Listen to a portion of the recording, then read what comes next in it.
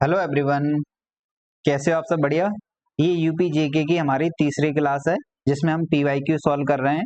आज का हमारा चैप्टर है जलवायु एवं मृदा। ये क्लास आपका कोई सा भी एग्जाम हो, चाहे यूपी पीसीएस का हो, यूपी पुलिस का हो, यूपीएसआई का हो, जिनमें भी यूपी जीके आती है तो उनके लिए जरूरी क्लास है, करनी है। आपके डिक्टो क्वेश्चन मिल जाएंगे चाहे कोई सा एग्जाम हो उसमें। ठीक है, तो अब जलवायु का पहला क्वेश्चन है। तो पहला प्रश्न क्या है? उत्तर प्रदेश में कौन सा कृषि जलवायु क्षेत्र परिवर्तन के प्रभावों, विशेषकर कृषि के प्रति सबसे अधिक संवेदनशील है? तो यूपी में कृषि जलवायु क्षेत्रों को कितने सामान्यतः इन जनरल 9 भागों में बांटा गया है, लेकिन उनमें सबसे ज्यादा जनरल तो ऐसा इलाका होगा जहां पर पानी वगैरह की वर्षा वर्षा कम होगी। तो कौन सा इलाका है, सोच के देखो। जब हमने पिछली क्लास में बताया था कि बुंदेलखंड इलाका ऐसा है जहां पर वर्षा वगैरह कम होती है, तो इसका क्या आंसर हो जाएगा? बुंदेलखंड आंसर हो जाएगा। बुंदेलखंड प्रभावित क्यों होता है इन जनरल? तो ये अनियमित वर्षा होती है, मिट्टी कटाव अधिक होता है, जल संकट होता है, तापमान में वृद्धि होती है, यहाँ पर ज्यादा तापमान है, तो इन सब के प्रति बुंदेलखंड इलाका असंवेदनशील है। ठीक है। उत्तर प्रदेश की जलवायु कैसी है? तो उत्तर प्रदेश की जलवायु कैसी है? आप कहाँ पर रहते हो? यूपी में रहते हो। कम वर्षा कब होती है? मानसून में होती है। धूप ज्यादा निकलती है, तो जहां पर धूप निकले उसको उष्णकटिबंधीय बोलते हैं। मानसून हो वहां पर, यानी वर्षा हो मानसून के टाइम, उसको मानसून बोलते हैं। तो कैसी टाइप की हो गई? ट्रॉपिकल मानसून, यानी कि उष्णकटिबंधीय मानसूनी जलवायु हो गई इन जनरल। यानी लेमैन में हम सीधा बोल सकते हैं, जहाँ वर्षा ज्यादा हो रही है, मानसून के समय वर्षा हो रही है, धूप ज्यादा निकल रही है, तो कैसी वर्षा है? उष्णकटिबंधीय मानसूनी जलवायु है। अब जैसे इसको समझ लो, उत्तर प्रदेश की जलवायु उष्णकटिबंधीय मानसूनी जलवायु है। उत्तर प्रदेश की जलवायु को वर्षों इन वर्षा के आधार पर प्रोफेसर स्टाम्प व काजी सैयद अहमद ने 2 प्रकारों में व्यक्त किया था: आर्द्र एवं उष्ण क्षेत्रीय जलवायु और आर्द्र साधारण आर्द्र उष्ण क्षेत्रीय जलवायु। इन 2 रूपों में बांटा था। फिर कॉपेन थे, तो कॉपेन ने उत्तर प्रदेश की जलवायु को शुष्क शीत मानसूनी प्रकार की जलवायु में बांटा था, जबकि थारनेस्ट थे तो उन्होंने समशीतोष्ण आर्द्र प्रकार की जलवायु को जलवायु में बांटा था। तो आपको क्या याद रखना है? बस इनका यानी एक बार पढ़ लो बेसिक, बाकी याद रखनी है। उत्तर प्रदेश की जलवायु कैसी है? उष्ण कटिबंधीय मानसूनी जलवायु, सीधा सीधा क्वेश्चन मिलेगा आपको। ठीक है, आगे देखो। बुंदेलखंड मिट्टी में पाई जाती है, यानी बुंदेलखंड मिट्टी में कौन सी या किस में पाया जाता है? जो बुंदेलखंड मिट्टी है वो किस जगह पाई जाती है, कौन सी पाई जाती है, कौन सी विशेषता है उसकी? तो बुंदेलखंड मिट्टी की क्या विशेषता है? ये पठारी भाग का हिस्सा है, यानी प्रायद्वीप भारत है, दक्षिण बटार है, उसका हिस्सा है। ठीक है ना? समझे थे ना वो बुंदेलखंड इलाके में प्रिंस, के नहीं समझे थे? तो उत्तर प्रदेश राज्य के दक्षिणी यानी दक्षिण के पहाड़ी क्षेत्र की मृदा को बुंदेलखंडीय मृदाओं के नाम से जाना जाता है। इस क्षेत्र में प्री कैम्ब्रियन युग की चट्टानों का बाहुल्य है। यहाँ मृदा ललितपुर, झांसी, जालौन, हमीरपुर, महोबा, बांदा, चित्रकूट, दक्षिणी प्रयागराज और सोनभद्र के कुछ क्षेत्रों में मिलती है। इस मृदा के अन्य नामों में लाल मृदा, परवापाड़ा, मारमाड़ा, रोकड़, भोट्टा आदि नामों से जाना जाता है इसको। ठीक है, यानी इस मृदा के अन्य नामों में लाल मृदा, किसके? बुंदेलखंडीय मृदा के नाम है। परवा है, माड़ है, रोकर है, भोट्टा है। इसी को यानी काली मिट्टी के कुछ नाम, तो ऑब्वियसली छोटे छोटे इलाके में एक दूसरे के साथ यानी ओवरलैप करते रहते हैं। ठीक है ना? ओवरलैप करते रहते हैं एक दूसरे के साथ। नाम देख लेना बेसिकली।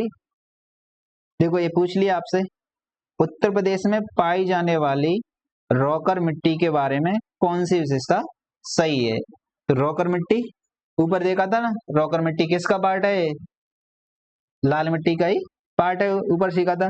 अब इसके बारे में विशेषता है, इसमें पड़वा मिट्टी के नाम से जाना जाता है इसको। देखो ऊपर आपने देखा था अभी कि इसको पड़वा मिट्टी भी बोलते थे, लाल मिट्टी को। इसको पड़वा मिट्टी के नाम से जाना जाता है। ठीक है, अगले में आओ। इसमें पूछा क्या है प्रिंस? उत्तर प्रदेश में पाई जाने वाली रोकर मिट्टी के बारे में कौन सा सही है, ये बताना है। रोकर मिट्टी के बारे में, इसे पड़वा मिट्टी के नाम से जाना जाता है, ये गलत है ना, क्योंकि पड़वा मिट्टी को तो किसको जानते हैं? लाल मिट्टी को जानते हैं ना। फिर इसमें 30% एल्यूमिनियम होता है? नहीं होता है। यहाँ तिल और चने जैसी फसलें होती हैं, क्योंकि पानी वगैरह की कमी है, तो पानी वगैरह की कमी होगी तो तिल और चने जैसे दाल वगैरह ये सब किसमें होगी, जहाँ पानी की कमी हो वहां पे होता है ये सब, ठीक है ना। देन सिलिका की मात्रा 60% होती है, नहीं। समझ लो इसको, रोकर मिट्टी उत्तर प्रदेश के बुंदेलखंड क्षेत्र के पहाड़ी और पठारी इलाकों के ढालू क्षेत्रों में पाई जाने वाली मिट्टी है।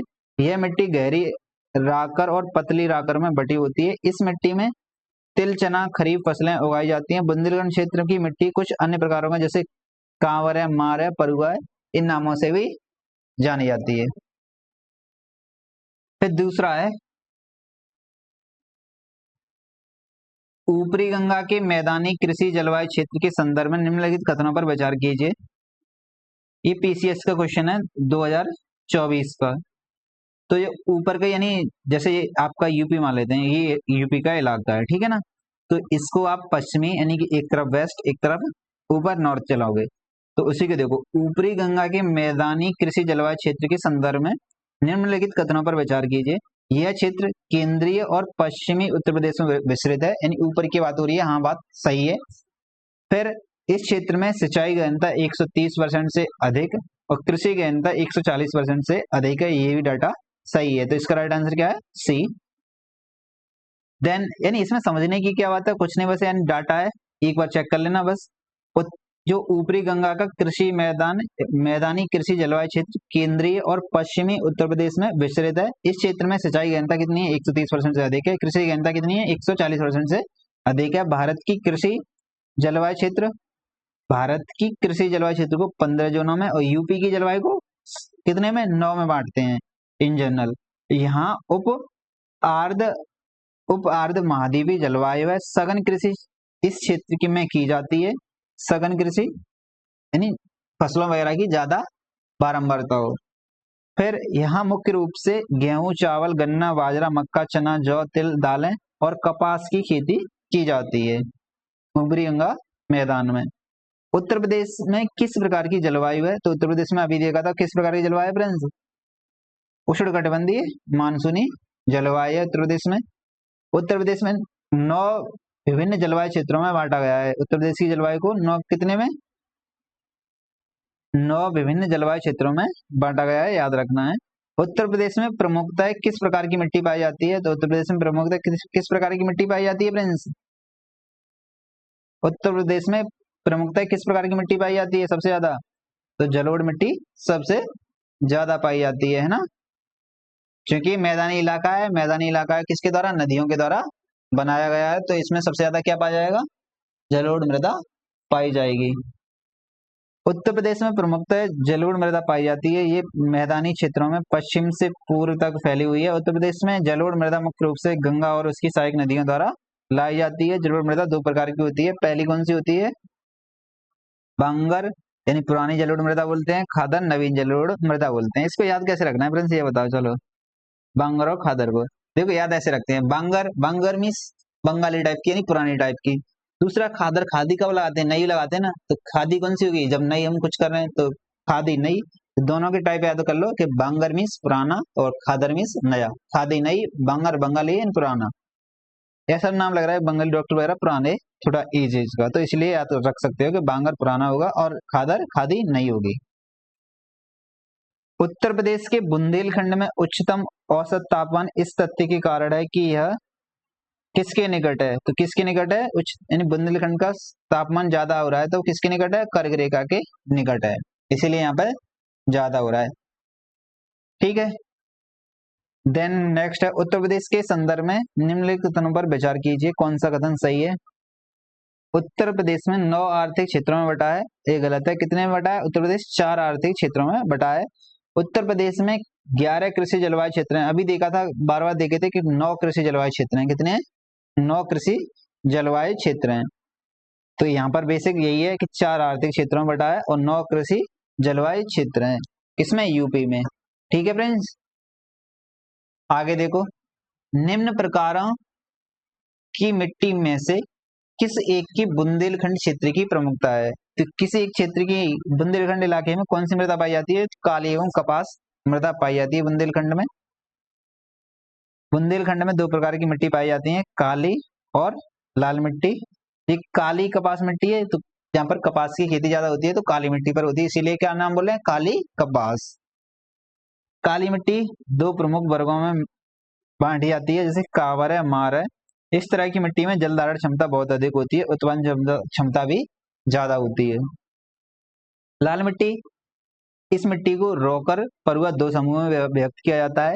इस मिट्टी में जल धारण क्षमता एवं उत्पादन क्षमता बहुत कम होती है। इस मिट्टी की बृहद संरचना के कारण इसमें भू कटाव अधिक होता है। नेक्स्ट प्रश्न है, उत्तर प्रदेश के भावर क्षेत्र में निम्नलिखित में से किस प्रकार की मृदा पाई जाती है? तो किस प्रकार की मृदा पाई जाएगी भावर में? बताओ प्रिंस, ये भावर क्षेत्र क्या होता है?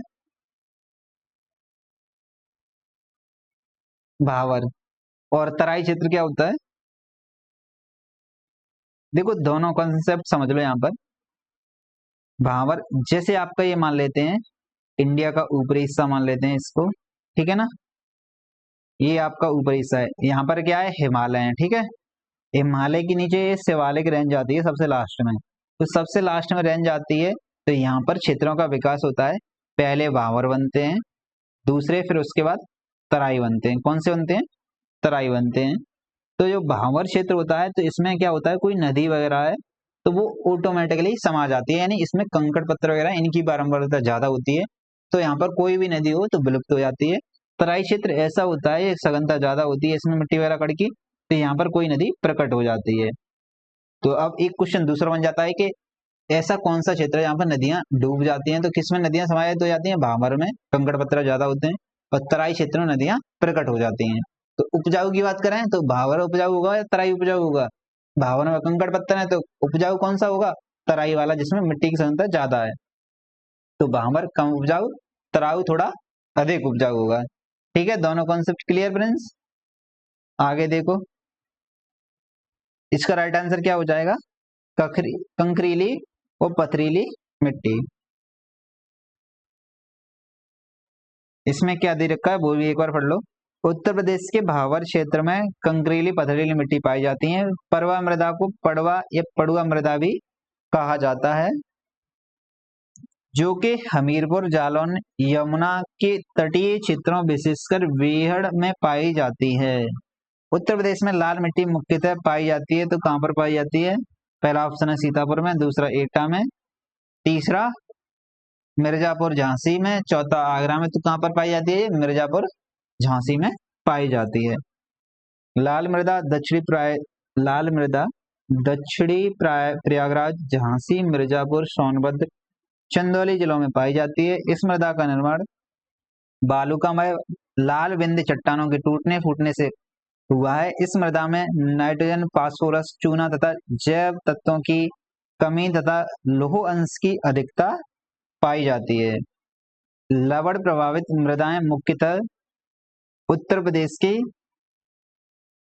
किन मंडलों में पाई जाती हैं? तो लवण वाले यहाँ पे, यानी कि सिंचाई की ज्यादा उपलब्धता हो, तो आगरा, अलीगढ़, इनमें लवण प्रभावित मृदाएं पाई जाती हैं। ठीक है फ्रेंड्स, आगे देखो, निम्नलिखित स्थानों में वर्षा ऋतु में कहाँ सर्वाधिक वर्षा होती है? तो कहाँ वर्षा होती है? गोरखपुर। वैसे सबसे कम वर्षा कहाँ पर होगी? बुंदेलखंड वाले इलाके में, ठीक है ना। ये गोरखपुर उत्तर प्रदेश राज्य के पूर्वी भाग का हिस्सा है। उत्तर प्रदेश में सस्य जलवायु क्षेत्र यानी कृषि जलवायु क्षेत्र कितनी संख्या है? कितनी संख्या थी पीछे देखा था? तो बताओ कितनी संख्या है? कृषि जलवायु क्षेत्रों को कितने भागों में बांटा था पीछे? 9। कितने भागों में? 9 भागों में। अब 9 भाग कौन कौन से हैं कृषि जलवायु क्षेत्र के? पहला भामर एवं तराई क्षेत्र है, पश्चिमी मैदान है, मध्य पश्चिमी मैदान है, दक्षिण पश्चिमी समशुष्क मैदान है, मध्य मैदान है, बुंदेलखंड वाले हैं, पूर्वी मैदान है, उत्तर पूर्वी मैदान है और बिंद क्षेत्र है। एक बार इमेज देख लो इसकी, देन क्लियर हो जाएगा ये आपका। ऐसे करके यानी एग्रो क्लाइमेट जोन है, ऐसे बांट रखा है। जैसे ये आपका पश्चिमी प्लेन है, सेंट्रल प्लेन है, तराई वाला ऊपर का इलाका है हिमालय के नीचे, देन नॉर्थ ईस्टर्न प्लेन इधर है, ईस्टर्न प्लेन इधर है, विंध्य वाला ये वाला इलाका है, सेंट्रल प्लेन ये इधर है, और बुंदेलखंड वाला ये मध्य प्रदेश के नीचे का ऊपर का हिस्सा है वो वाला। ठीक है, ये यानी क्या है? कृषि जलवायु क्षेत्र है। तो ऐसे करके इनको बांट दिया जाता है। लास्ट क्वेश्चन है अपना, वो है मृदा जिसमें मुख्य रूप से पोटास की कमी होती है, उत्तर प्रदेश के किस जिले में पाई जाती है? तो किस जिले में पाई जाती है यहाँ पर पोटास की कमी है? जौनपुर में। तो मृदा पृथ्वी की ऊपरी सतह पर पाई जाने वाली असंगठित पदार्थों की ऊपरी परत है जो चट्टानों के विखंडन अथवा वनस्पतियों के अवसाद के मिश्रण से बनती है। उत्तर प्रदेश के जौनपुर, आजमगढ़, मऊ जनपद की मिट्टियां मृदा में मुख्यतः पोटास की कमी पाई जाती है। ठीक है, नेक्स्ट हमारा चैप्टर है वो है प्राकृतिक वनस्पतियां एवं वन एवं वन्य जीव। इसको हम किसी नेक्स्ट क्लास में करेंगे, अगली क्लास में। आज के लिए इतना ही रखते हैं। इसके आप शॉर्ट नोट्स बनाते हैं ना साथ साथ में, इससे याद हो जाए, एक्टिव रिकॉल करना, याद आ जाएंगे। आज के लिए इतना ही। थैंक यू, नमस्ते, हंसते रहिए, मुस्कुराते रहिए, बाय बाय, जय हिंद।